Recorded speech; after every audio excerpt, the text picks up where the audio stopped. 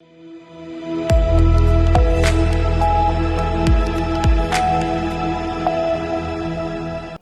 आप देख रहे हैं सी न्यूज़ भारत और मैं हूं आपके साथ अंजलि शुक्ला। वक्त हो गया है यूपी बुलेटिन का। यूपी बुलेटिन में बात होगी अंबेडकर नगर की, जहां आबकारी विभाग की कार्यप्रणाली एक बार फिर सवालों के घेरे में है। साथ ही बात होगी आजमगढ़ की, जहां लक्ष्मी पूजा पंडाल में गोली चलने से एक कार्यकर्ता की मौत हो गई। ऐसी तमाम खबरों पर विस्तार से करेंगे चर्चा।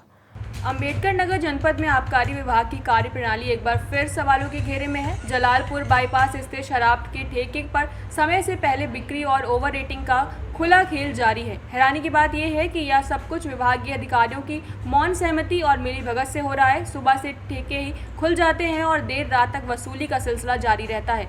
स्थानीय सूत्रों के अनुसार कई ठेकों पर ग्राहकों से निर्धारित मूल्य से 10 से 20 रुपए तक अधिक राशि वसूली जा रही है। सिर्फ जलालपुर नहीं बल्कि अकबरपुर, टांडा और जहीरगंज क्षेत्र में भी यही गोरख धंधा बेखौफ तरीके से फल फूल रहा है। स्थानीय नागरिकों ने आरोप लगाया है कि विभाग के कुछ कर्मचारियों की साठगांठ और संरक्षण के बिना यह खेल संभव नहीं है। लोगों का कहना है कि अगर आबकारी विभाग ईमानदारी से जांच कराए तो करोड़ों रुपए के ओवर रेटिंग घोटाले का पर्दाफाश हो सकेगा।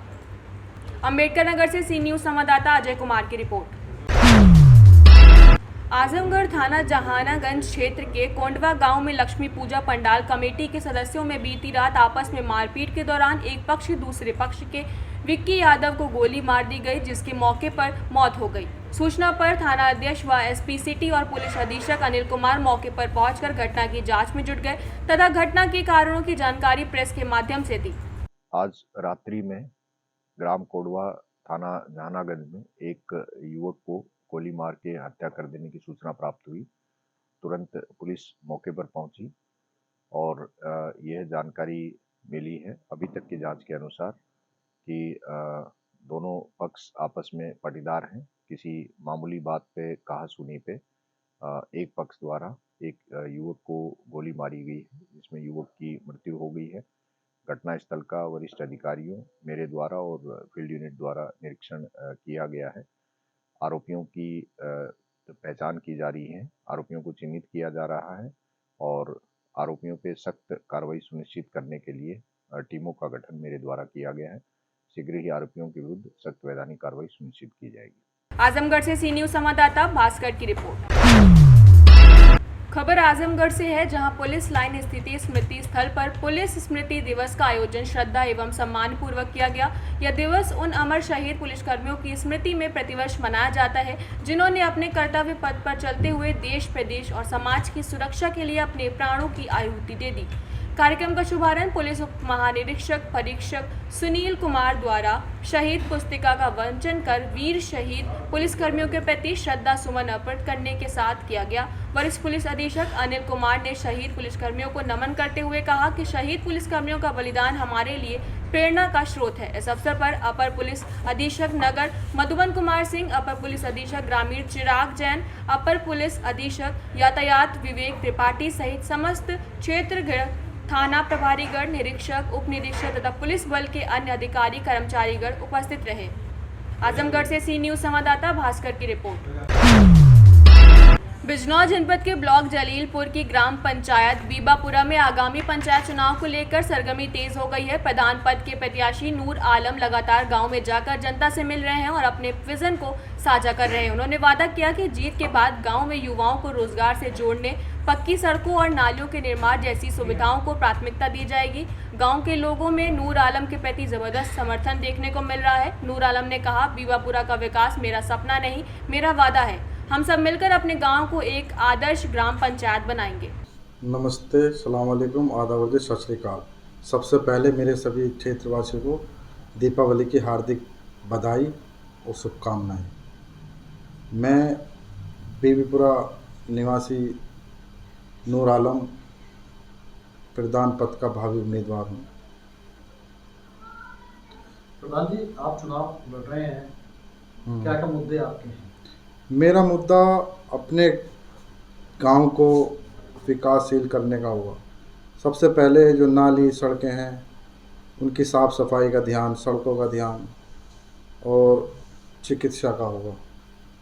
चिकित्सा का मेन है यहाँ पे, क्योंकि हमारा कोई भी, अब देखो बीमारी जो आती है वो इमरजेंसी में आती है, कोई बीमारी ऐसी नहीं है कि आहिस्ता से आएगी, सब इमरजेंसी की बीमारी आती हैं। इमरजेंसी में जब हम लेके भागते हैं या तो बिजनौर, मेरठ, मुरादाबाद या दिल्ली या चांदपुर, तो हमारा सबसे पहले यही मकसद होगा कि हम अपने क्षेत्र में, अपने गांव में एक MBBS डॉक्टर बिठाएंगे और एक प्राइवेट हॉस्पिटल बनाने की कोशिश करेंगे।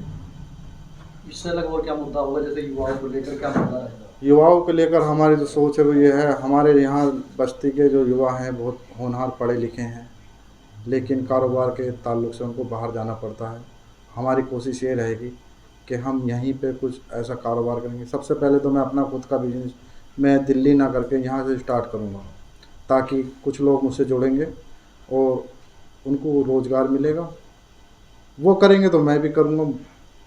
कहने का मतलब यही है कि जब हम यहाँ लेकर आएंगे तो हमसे लोग जुड़ेंगे, कारोबार फैलेगा, हम अच्छे से कारोबार करेंगे, लोगों को यहाँ पे काम भी मिलेगा और रोज़गार भी मिलेगा। प्रधान जी, जब चुनाव आता है, काफ़ी प्रत्याशी चुनाव मैदान में होते हैं, तरह तरह की जनता से वादे करते हैं, लेकिन बाद में जब वक्त आता है उसे निभा नहीं पाते हैं, इसमें क्या कहेंगे? देखो, मैं जो भी वादा करूँगा वो सच्चा करूँगा, पक्का करूँगा। मैं झूठा वादा कोई नहीं करूँगा।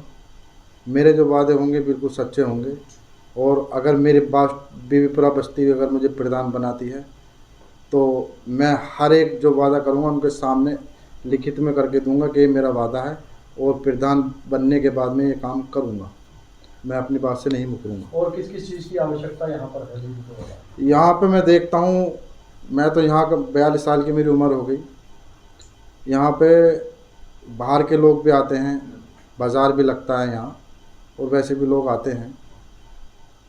तो एक तो यहाँ पे सबसे पहले तो कोई बाथरूम नहीं बना हुआ, शौचालय, वो बहुत ज़रूरत है।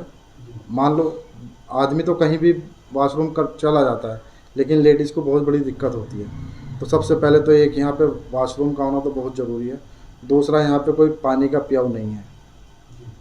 बहुत प्रधान आए, काबिल प्रधान आए मेरी बस्ती में, पढ़े लिखे प्रधान बने, लेकिन किसी ने पब्लिक के बारे में नहीं सोचा।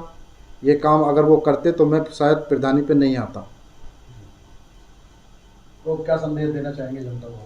मैं यही संदेश देना चाहता हूँ कि इलेक्शन हर 5 साल में आते हैं, और प्रकृति का नियम है बदलाव होना चाहिए। जनता के वोट की कीमत, अगर जनता अपनी कीमत पहचान ले तो वो किसी को भी प्रधान बना भी सकती है, उतार भी सकती है। प्रधान जो बनता है वो जनता के प्यार से ही बनता है, और जब जनता का काम नहीं करेगा तो जनता अगली बार उसको नकार देती है। अगर मैं नहीं करूँगा तो अगली बार मुझे भी नकार देगी। लेकिन हमें सब, हमारे गांव वासियों का बहुत प्यार मिल रहा है, आशीर्वाद मिल रहा है, और लोगों के समर्थन मिल रहे हैं। मुझे बहुत खुशी हुई, लोगों का यहाँ मुझे बहुत प्यार मिल रहा है। बिजनौर से सी न्यूज़ संवाददाता सलीम हाशमी की रिपोर्ट। एटा जनपद के आवगढ़ थाना क्षेत्र के ग्राम जीनाबली में उस वक्त सनसनी फैल गई जब एक 16 वर्षीय किशोर पिंटू का शव धान के खेत में पड़ा मिला। किशोर के चेहरे पर चोट के निशान पाए गए, जिससे प्रथम दृष्टया हत्या की आशंका जताई जा रही है। सूचना मिलते ही पुलिस मौके पर पहुंची और शव को पोस्टमार्टम के लिए भेज दिया गया है। घटना की गंभीरता को देखते हुए एसएसपी राजकुमार सिंह, सीओ जलस्लेर, एसएचओ डॉग स्क्वाड और फॉरेंसिक टीम ने मौके पर पहुंचकर जांच शुरू कर दी है। पुलिस का कहना है कि सभी पहलुओं पर जांच की जा रही है और मौत का असली कारण पोस्टमार्टम रिपोर्ट आने के बाद ही स्पष्ट हो सकेगा। इस घटना के बाद क्षेत्र में दहशत का माहौल है और तरह तरह की चर्चाएं फैली हुई हैं। एटा से सी न्यूज़ संवाददाता लखन यादव की रिपोर्ट। गीड़ा थाना क्षेत्र के नौसर पुलिस चौकी अंतर्गत 4 अक्टूबर को मूर्ति विसर्जन के दौरान हुए विवाद में घायल युवक हनुमान चौहान का इलाज चल रहा था, जिसकी मंगलवार को मौत हो गई। परिजनों ने सुबह शव को हैरिया चौराहे और फिर नौसर चौराहे पर रखकर गोरखपुर लखनऊ मार्ग जाम कर दिया। हनुमान चौहान को 4 अक्टूबर की रात हैरिया चौराहे के पास पाटीदार ने रॉड से मारकर घायल कर दिया था। इस मामले में आरोपियों के खिलाफ मुकदमा दर्ज कराया गया है, जिसमें एक आरोपी रोशन चौहान जेल में है। मृतक और आरोपी दोनों रिश्तेदार बताए जा रहे हैं। सड़क जाम की सूचना पर आला अधिकारी मौके पर पहुंचे और परिजनों को समझाने का प्रयास किया। मृतक हनुमान चौहान अपने घर पर एक छोटी किराना दुकान चलाते थे। उनके परिवार में एक बेटी और एक बेटा है। गोरखपुर से सी न्यूज़ संवाददाता संतोष की रिपोर्ट। फिलहाल उत्तर प्रदेश बुलेटिन में इतना ही। देश और दुनिया की तमाम बड़ी खबरों के लिए देखते रहें सी न्यूज़ भारत।